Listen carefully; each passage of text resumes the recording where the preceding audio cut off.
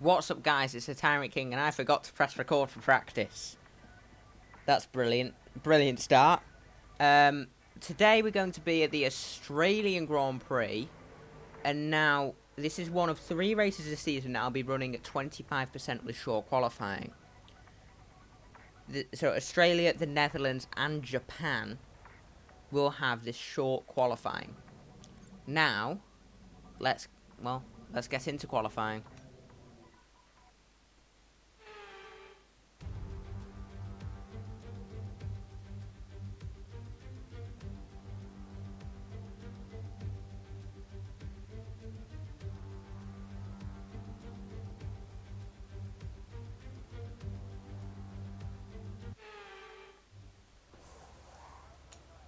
So then here we are at the Albert Park circuit track. Of course, new changes on the F1 game for this year. Hopefully, I'm a bit faster around here than I was at Bahrain.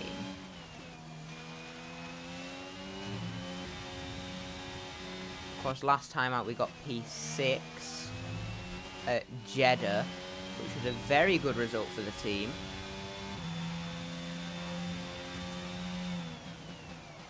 And unfortunately, Nico was unable to score points. Hopefully, we can get a good result here at Australia, though, in the 15-lap race.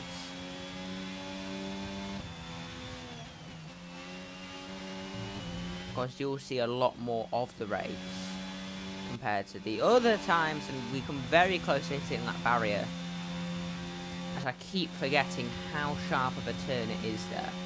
I've got an FP1 several times, and I've forgotten in online races as we go onto the gravel, and we've damaged the floor. We're going to have to get out of the way for Charles Leclerc. We recommend you come in so we can make repairs. Confirmed, we'll receive you at the end of this lap. That was a very rough incident. You can just see there, I actually gain air time, and I'm so close to going straight into that wall. So then, we're going to go now for our, I guess our first flying lap of the session. And hopefully, we can maybe set another one straight after as our second lap. So get a feel for the track on this one, and then go again straight after. But it's going to be a very difficult session now because we lost so much time on repairs. 7 minutes to repair the floor.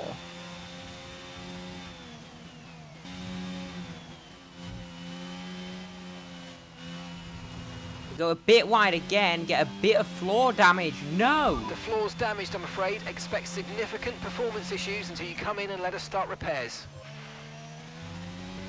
I have to finish this lap. I have to get at least one lap in.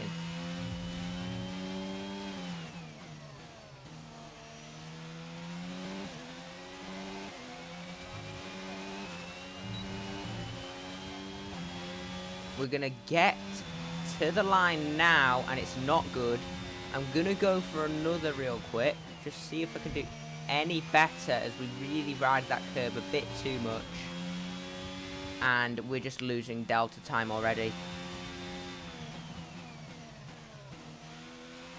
As we keep going we've wide. only got 1 lap of fuel remaining. Yeah, you can see the drag the floor damage is producing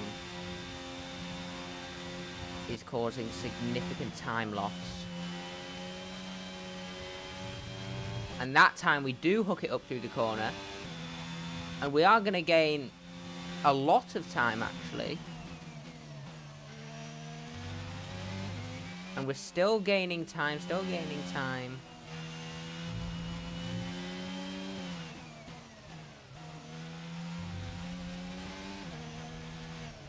And nope.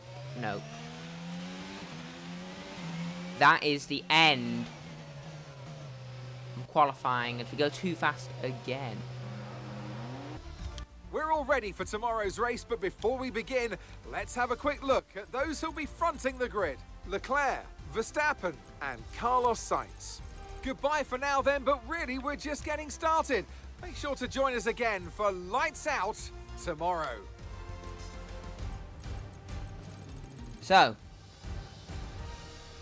disappointing qualifying. We were miles off the pace.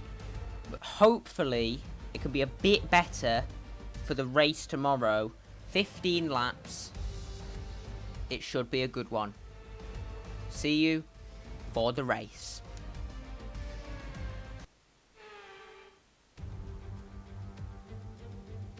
You can hear the Australian fans roaring as they line the track here in Albert Park. Welcome to Melbourne, and the roar from the crowd can only mean one thing. It's race day. So here we are at Albert Park Circuit, 3.28 miles around, with the streets making for a bumpy surface with little undulation. There are 14 corners around the lake, with the best passing opportunities coming at turn 1 and turn 3. Before we begin, let's take a quick look at the grid lineup for today's race. Charles Leclerc lines up on pole position, edging out Max Verstappen, who'll start from P2. Looking down the rest of the grid, we have Sainz, Hamilton, Sergio Perez, and Russell, Bottas, Magnussen, Ocon, and Nico Hülkenberg, Fernando Alonso, Mick Schumacher, Pierre Gasly, and Tsunoda, Norris, Vettel, Guan Yu Zhou, and Daniel Ricciardo, Latifi, Albon, Stroll, and the owner-driver.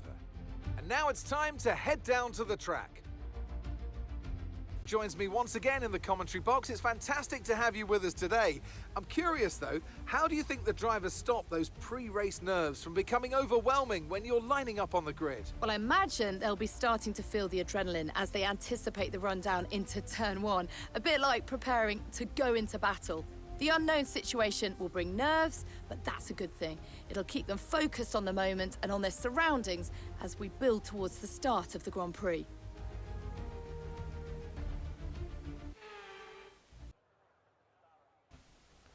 So then, here we are on the grid for the Australian Grand Prix. It's going to be a one-stop, obviously, because it's only 15 laps. We're going to be starting on the softs for the first time and going on to the medium tyre on lap 6. So, let's get into the formation lap. I'll see you afterwards.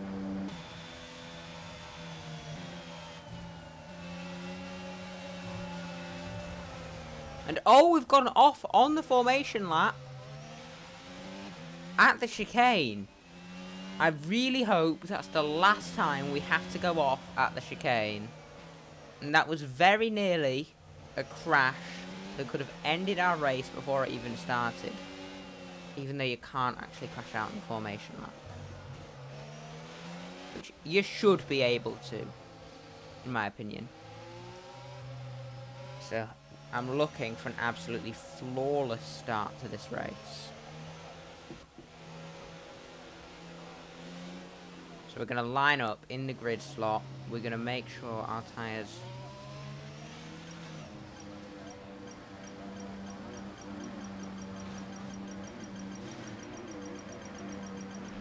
there. We're almost as far forward as we can get. And the lights are on. As it's lights out and away we go. That's a very good start. Almost no revs off the start. It's like we're playing a video game, as Martin Brundle once said on the commentary. Back in China 2017. And of course they get forced off into turn 1 by Lance Stroll. Here's Alex Albon, who hopefully doesn't have a crash like he does at Silverstone in real life. And that is a big impact at the start of the race for Alex Albon going into the back of Stroll. Not as bad as how he went into the back of, well, how he went into the pit wall at Silverstone just a few hours ago. Lance Stroll now on Nicholas Latifi. Two Canadians going at it as we get Latifi, but we have to go over the curb. And now we're also all over the back of Stroll. And we're going to go round the outside into the newly modified right-hander. Next up, Ricciardo. And it seems we found some alien pace as Ricciardo's into the pits. Clearly knows we're going to get past him. Through the chicane. Much better line. I think the best line through the chicane I've taken all weekend. And we're going to send it down the inside on Vettel. Nice move. Good job. And Vettel is going to try and come back at us. But we're going to keep it going very wide in the process.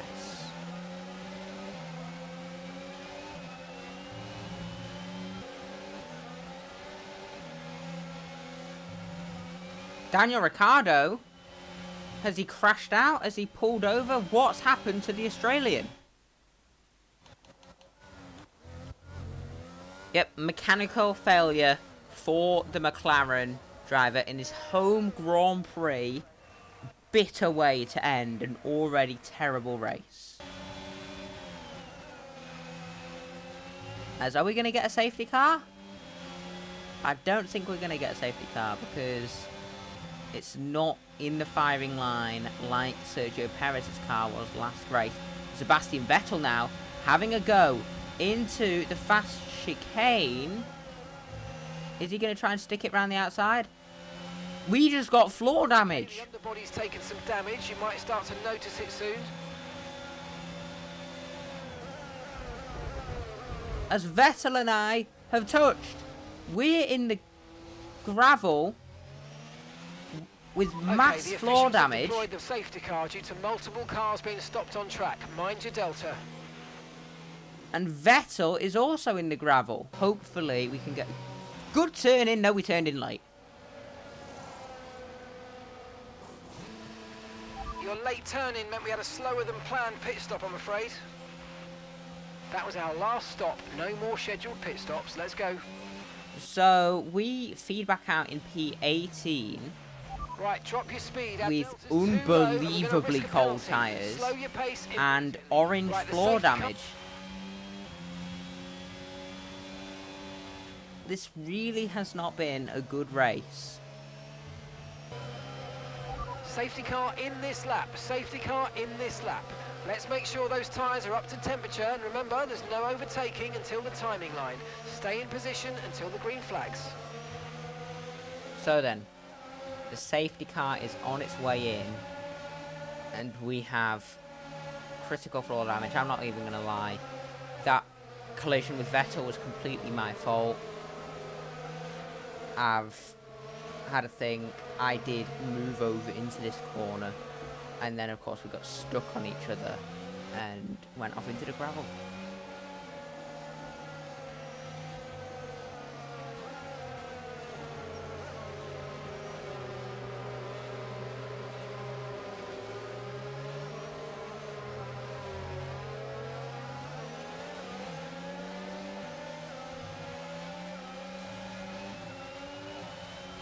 And here we go now for green flag racing.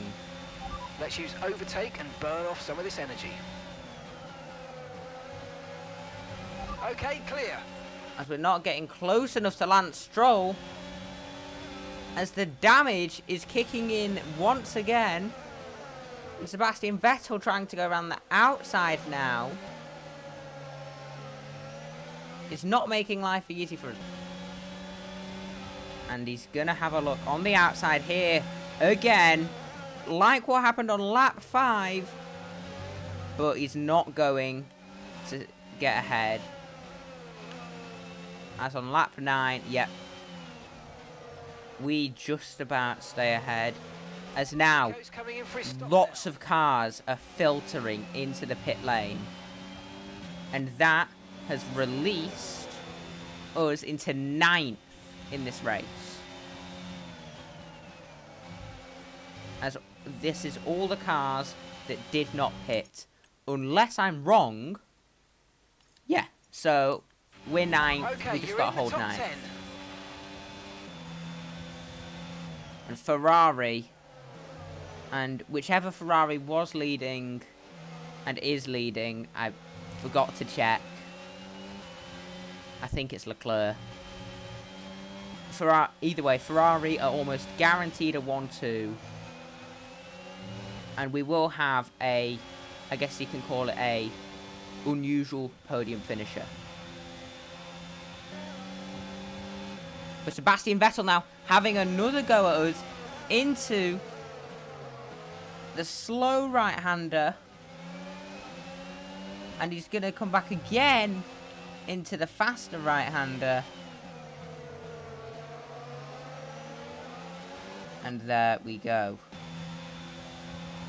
3 laps left in this race. And it looks like Alonso's mechanical woes might have been fixed.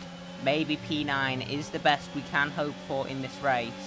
Although Sebastian Vettel coming at us into turn 3. We're going to push him right the way wide in an attempt to keep the position.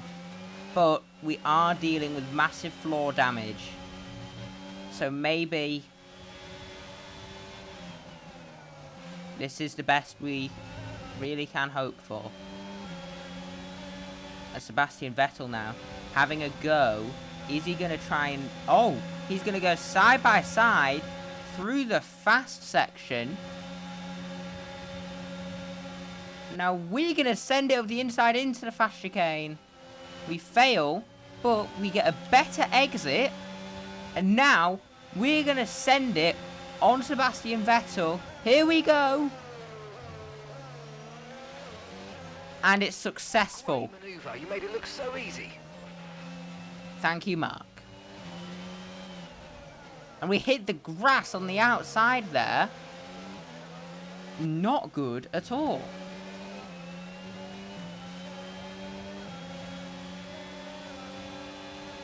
Sebastian Vettel now coming back again. 3.0 seconds. We're going to try and hang it around the outside.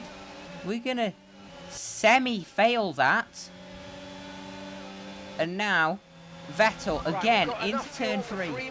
Pulls alongside to the outside. We're going to leave him with a bit more room. And we're going to hang it round the outside into turn 4 to keep the inside line into turn 5 where you really cannot go side by side.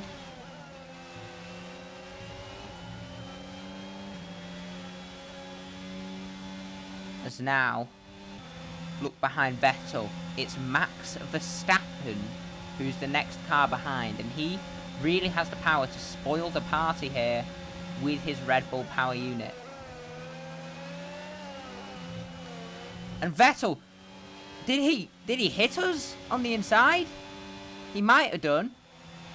And look how much time Verstappen gained in just that corner alone. He's got a Mercedes behind him as well. But Ferrari are going to gain 43 points over Red Bull. Maybe 44. Unless Verstappen can get Vettel. Which he might do. He might do. Final lap of the race. They make contact, they do. And Verstappen now gonna try and go around the outside of us into turn 3. We're gonna push him wide, give him the same treatment we gave Vettel 2 laps prior. And now we are battling a Red Bull for 9th place. As we push Verstappen wide once more. Vettel is now all over the back of him. And Verstappen, trying to get the slipstream, is going as wide as he can. They're going almost 3 wide at this point. They are going very much 3 wide. Seconds between you and the car ahead. Was there contact there? I think there was. As Charles Leclerc wins the Australian Grand Prix, Max Verstappen is now sending around the outside of us into turn 15. It might not even be turn 15. I'm just calling it turn 15. Into the slow right-hander. And we managed to block him off. We're going to claim P9 in this race with Verstappen P10. Red Bull get 1 point. Ferrari get 44. Ferrari gain 43 points All right, race over Red Bull. Car on the way in.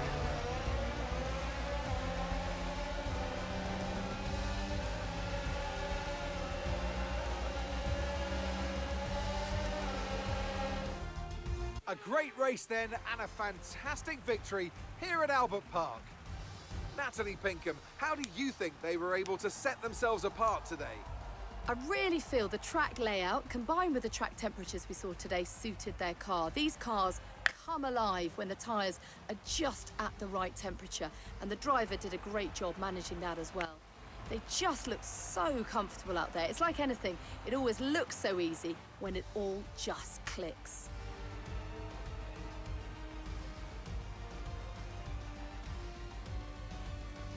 And here we are, a team that is no stranger to the podium, taking their place on top once again. A sublime race today, and a stunning win for Ferrari.